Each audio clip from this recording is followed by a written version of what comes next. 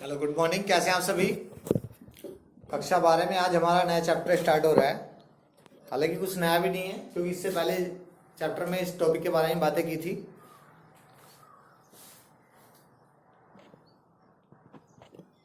बस उसी टॉपिक को आगे बढ़ाते हुए इससे पहले हमने थ्योरी या सिद्धांत के बारे में बातें की थी बायोटेक्नोलॉजी के।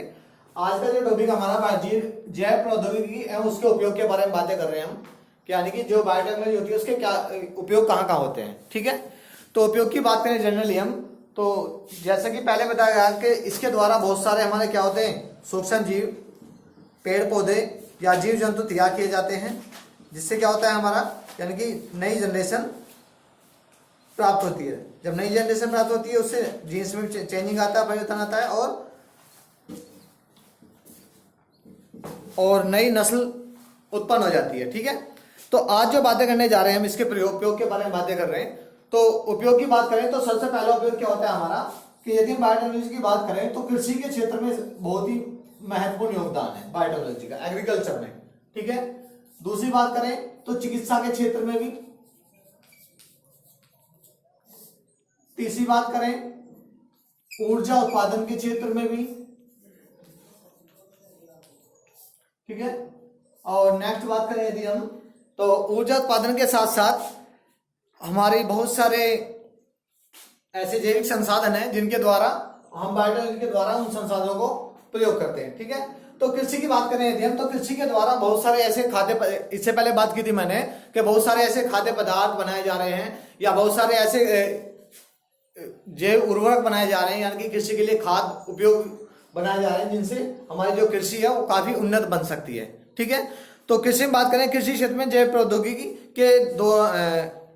के द्वारा बहुत से ऐसे पौधे रूपांतरित किए जा रहे हैं जिसके प्रतिरोधक अन्य, यानी कि जिसकी प्रतिरोधकता या इम्यूनिटी जो होती है या रोगों से लड़ने की जो शक्ति होती है, जिससे कोई बीमारी उस प्लांट के ऊपर इफेक्ट ना करे, तो अन्य फसलों से अधिक होती है। कहने का मतलब क्या है कि यदि हम बायोटेक्नोलॉजी के द्वारा किसी प्लांट को जनरेट कर रहे हैं, उत्पन्न कर रहे हैं, तो उसकी जो इम्यूनिटी पावर होती है वो अन्य प्लांट्स के मुकाबले कई गुना अधिक होती है। जब कई गुना अधिक होगी तो वो काफी समय तक जीवित रहेगा, काफी समय तक जीवित रहेगा, अच्छी उन्नतवार यानी कि फसल पैदा होगी, अच्छा फल पैदा होगा, अच्छी कृषि के लिए मतलब कृषि के लिए अच्छा लाभ होगा हमारे।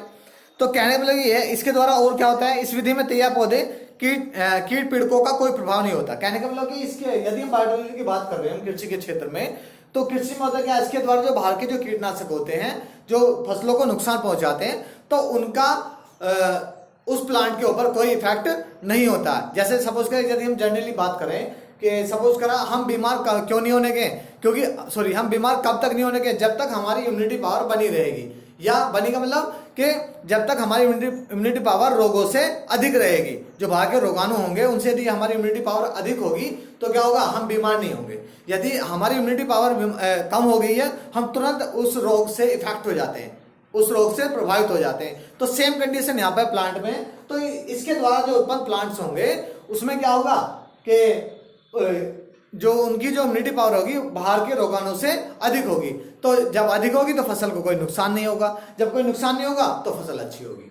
ठीक है, तो आगे दिया हुआ कि इसमें कोई प्रभाव नहीं पड़ता है। ये पौधे जीवाणु कवक जीन द्वारा परिवर्तित कर दिए जाते हैं, इसलिए इन्हें अनुवांशिकीय कहते हैं, जैसे बीटी फसलें। कहने ये पौधे कैसे होते हैं, जो अनुवांशिक जीन होते हैं उनको परिवर्तित कर देते हैं इसमें, और उसके बाद क्या होता है कि ये नए प्लांट तैयार हो जाते हैं। इन पौधों को क्या बोलते हैं, जैसे फॉर एग्जांपल दे रखा है बीटी, जो हमारी बीटी फसल होती है, बीटी बायोटेक्नोलॉजी से रिलेटेड है। ठीक है, बीटी फसलें होती हैं। बीटी फसलों में क्या होता है कि ऐसे फसलें जो जैव प्रौद्योगिकी के द्वारा निर्मित की जाती हैं, जिनमें कीटनाशक की आवश्यकता नहीं होती है, क्योंकि ये पादप जातियां पीड़क प्रतिरोधी होती हैं, एक प्रकार की विष होती हैं। ठीक है, बीटी एक प्रकार का विष होती है। कहने का मतलब जो बैसिलस थुरिंजिएंसिस जीवाणु द्वारा निर्मित होता है। इस प्रकार की फसलों को बीटी, यानी कि जो इस प्रकार की जो फसलें जो बनती हैं वो बीटी फसलें कहलाती हैं। इसमें क्या क्या चीजें आ रही हैं, जैसे बीटी कपास हो गया है, बीटी बैंगन हो गया है, बीटी टमाटर हो गया है, बीटी आलू हो गया है, बीटी सोयाबीन, बीटी मक्का है, बहुत सारी चीज फसलें हैं हमारी जो बायोटेक्नोलॉजी के द्वारा तैयार की जा रही है। ठीक है, तो बीटी कपास में भी क्या, बैसिलस थ्यूरिजिएंसिस नामक जीवाणु के द्वारा क्या एज प्रोटीन होता है जिसका निर्माण करता है, उससे हमारे क्या होता है, कपास तैयार हो जाती है। ठीक है, तो ये थी हमारी बीटी फसलें या कृषि से जैव, या ये कह सकते हैं कि बायोटेक्नोलॉजी का जो उपयोग किया जा रहा है कृषि क्षेत्र में किस तरह से किया जा रहा है। ठीक है, आज की वीडियो में इतना ही। नेक्स्ट वीडियो में बातें करेंगे नेक्स्ट टॉपिक के साथ। Okay, thank you.